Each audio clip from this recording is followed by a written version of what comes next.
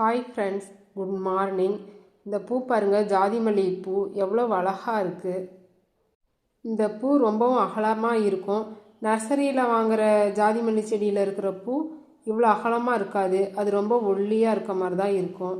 இந்த மொட்டும் ரொம்பவும் குண்டாகவும் இருக்கும். அதோடைய காம்பும் நல்லா மொத்தமாக இருக்கும். ரொம்ப வாசனையான பூ ஜாதி மல்லிப்பூ. இந்த பூ பிங்க் கலர் ஜாதி மல்லிப்பூ. மொட்டு வந்து பார்த்திங்கன்னா நல்லா கலராக இருக்கும். ஒயிட் கலர்லேயும் ஜாதி மல்லி ஃப்ளவர் இருக்குது.